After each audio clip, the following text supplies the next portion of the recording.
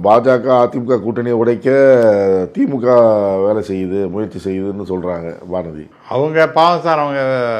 அவங்க எதையா அதிமுகவுடைய உதவி இருந்தால் தான் மறுபடியும் அவங்க வந்து எம்எல்ஏவாக ஆக முடியும்.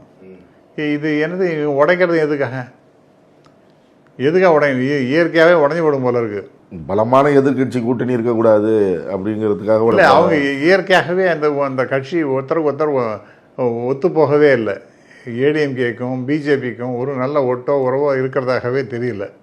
அப்படி இருக்கிற பட்சத்தில் அந்த கூட்டணி என்ன ஆகும்?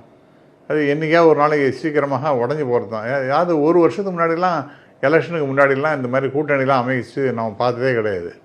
ஏன்னா டிஃப்ரென்சஸ் ஆஃப் ஒப்பீனியன் டெஃபினட்டாக கிராப் அப் ஆகும்.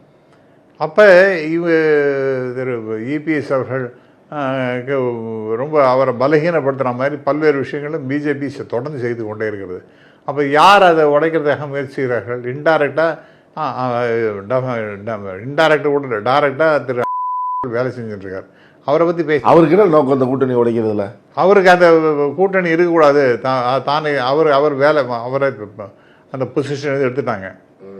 நான் என்னால் தான் 11% வந்தது, தனியாக தானே நின்னோம், அதனால் நமக்கு தனியாக நிற்கிறது தான் நல்லது அப்படிங்கிற மாதிரி ஒரு ஆட்டிடியூட் அவருக்கு இருக்குது. இன்னும் பலப்படுத்தலாம், பிஜேபி இன்னும் பலப்படுத்தலாம் அப்படிங்கிற மாதிரிலாம் இருக்குது.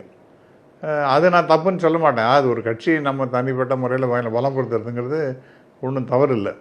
ஆனால் ஒன்ஸு தலைமைங்கிறது ஒரு ஃபைனலைஸ் பண்ணிட்டாங்கன்னா அதுக்கு எதிராக பேசுவது என்பது அந்த கட்சிக்கு எதிராக பேசுவது தான் ஆகும். அது மிகப்பெரிய தவறு அப்படின்னு நான் நினைக்கிறேன். அடுத்ததாக இப்போ இந்த கூட்டணி அமைச்சாச்சு, ஒத்து போடுமா வேண்டாமா?